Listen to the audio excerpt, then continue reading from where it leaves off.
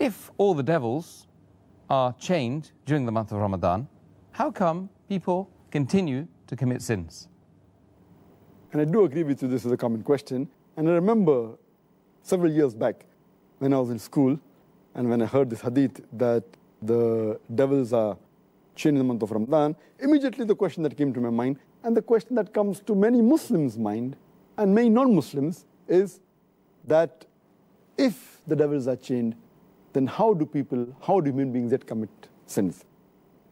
This question is based on the hadith of Muhammad sallallahu alaihi wasallam, which I mentioned earlier, a Sahih hadith of Musnad Ahmad, volume number 2, page number 230, hadith number 7148, which is also repeated in Sunan Nisa'i, chapter number 5, hadith number 2106, where the beloved Prophet said that, O ye people, the blessed month of Ramadan is approaching, and Allah has ordained for you that you fast in this month. And the gates of heaven will be open in this month, and the gates of hell will be closed. And the devils will be chained. In this month is a night, which is better than 1,000 months. And a person who's deprived of the blessing in this month is truly a deprived person. Now, when we give this hadith, it clearly mentions that in this month of Ramadan, the devils will be chained. And it's a logical question. If devils are chained, then how do human beings yet commit sins? To make the people understand, we have to realize that when the devils are chained, it does not mean that the devils are slain. They have been killed. They're yet present, but they're chained. They're not killed.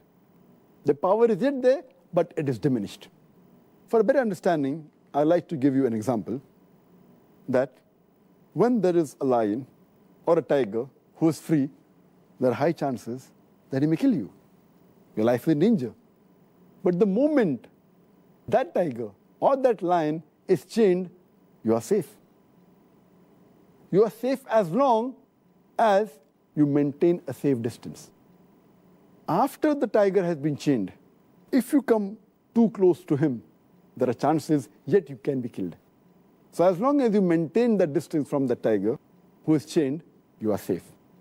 Similarly, in the month of Ramadan, if you maintain a safe distance from the Satan, you will be saved.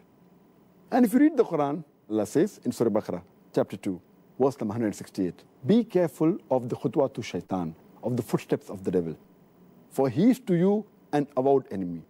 Many places Allah subhanahu wa ta'ala says in the Quran that be careful of the footsteps of the devil.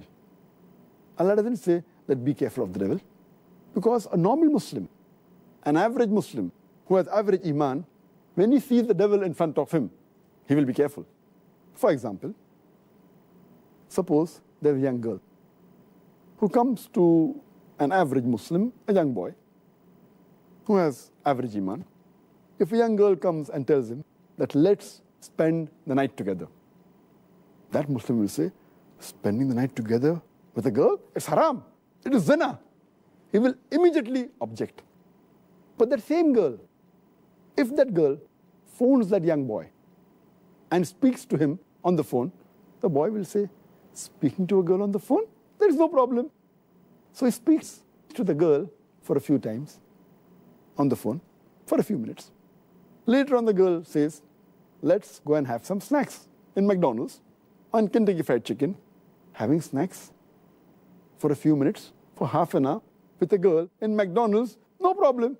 So he goes and has snacks with the girl in McDonald's. Later on, the girl says, why not have dinner in a restaurant? Having dinner with a girl in a restaurant for a couple of hours, no problem. Then the girl says, why not spend the night together? And then the boy says, spending the night together with a girl, no problem. So this is khutwatu shaitan, footsteps of the devil. This is not mentioned in the Quran, this is just my own example. So what Allah warns us is that be careful of the khutwatu shaitan, the footsteps of the devil. If the devil comes directly in front of an average Muslim who has iman, he will abstain. He will run away from it. But the khutwatu shaitan are the things which are dangerous. So, what we have to realize, when the devil is chained, his footsteps are restricted.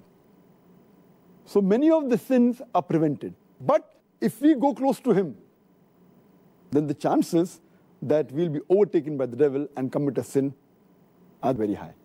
So what we have to be careful, that in Ramadan, if we keep the distance, then the chance of committing sin is less. But if we go close to the Satan, even though he's chained, like how a tiger can walk even after he's chained, same the devil.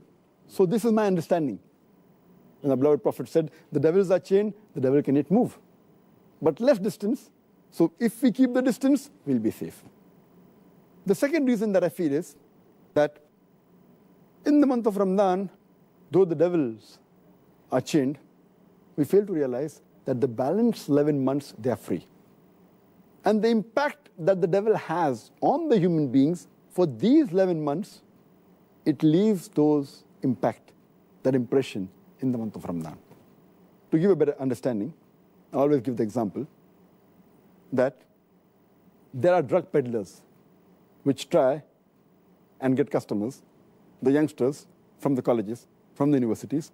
So what they do initially, they give the drug free. And they entice the youngsters for having drugs. Later on, after some time, they charge a nominal amount for that drug. Later on, they charge an exorbitant amount. But by the time, the youngster is already hooked on to the drug. So even if the drug dealer is not there, they will try and find where the drug dealer is. They will go out of the way to find him and get the drug. And many of them, even if the drug peddler, the drug dealer, is imprisoned by the law, they will go out of the way to find someone else. They may go in a chemist shop and buy mandrakes, whatever it is. They are so much hooked onto it. So these people who have become addicts to drugs, or rather say, addicted to the Satan, even though the Satan is imprisoned, the effect is yet there. So in this way we understand, as a drug dealer, as a drug peddler, even after he goes, the drug addict gets accustomed to that drug. So we human beings, we are accustomed to the sin. And even though the Satan is imprisoned, we keep on committing these mistakes. But mainly those people who have become addicts fall in this category. So those who do major sin fall in this category. But the normal Muslims, the average Muslims who haven't become addicted, it's easy for them to stay away from sin. And the third reason that I give is that though there are some scholars who say that in this month of Ramadan, the strong devils, the marids, they're imprisoned. The smaller ones are free. So they keep on committing mistakes. But according to my understanding, the third reason is that though the devils are chained by Allah subhanahu wa ta'ala, they can yet whisper. And one of the ways the devils try and get the human beings close to them is by whispering. And Allah says in the Quran, in Surah Nas, chapter number 114, verse number 1 to 6, قُلْ أَعُوذُ بِرَبِّ النَّاسِ مَلِكِ النَّاسِ إِلَهِ النَّاسِ مِنْ شَرِّ الْوَسْوَاسِ الْخَنَّاسِ الَّذِي يُوَسْوِسُ فِي صُدُورِ النَّاسِ مِنَ الْجِنَّةِ وَالنَّاسِ. They whisper in the hearts of the human beings and they withdraw. Amongst them, the jinn and men. It's talking about the Satans, talking about the devils, who whisper into the hearts of the human being and they withdraw. And among these devils are the jinn and the human beings. So maybe Allah subhanahu wa ta'ala has imprisoned the devils who are the jinn. But the human beings, we are yet free. So one category of devils, that the jinns have been imprisoned, but the Satans are even amongst the men. That's what Allah says. Who are yet free. And yet we have to be careful of the whisper of the devil, the waswasa. This waswasa mainly is the thing that attracts towards the sin. The sins they had committed, but the chances are less. And furthermore, it's clearly mentioned in the full hadith that Allah has ordained for you in this month of Ramadan that you should fast. Only if you fast, according to me, will the devils be imprisoned. That's talking about the devils that are going to attract you. So Allah says, if you fast, Allah has ordained for you fasting. and the devils will be put in chains. So the devils that are after you, if you fast, surely they'll be restricted. The criteria for us to be away from the devil is to fast. If you fast with the proper niyyah, seeking the reward of Allah subhanahu wa ta'ala, surely the devil will not be able to entice you. And the best logical way to prove this is if we check the crime rate of the Muslim countries during Ramadan, it goes down. But if you check the crime rate of the non-Muslim countries in Ramadan, it is the same. The reason is that because they are not fasting, the non-Muslims, this devil yet has an effect on them.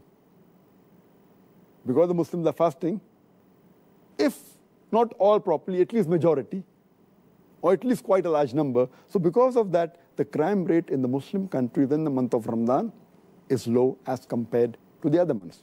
But the crime rate in the non-Muslim country is approximately the same, indicating otherwise, even the non-Muslims, they will not commit any sins.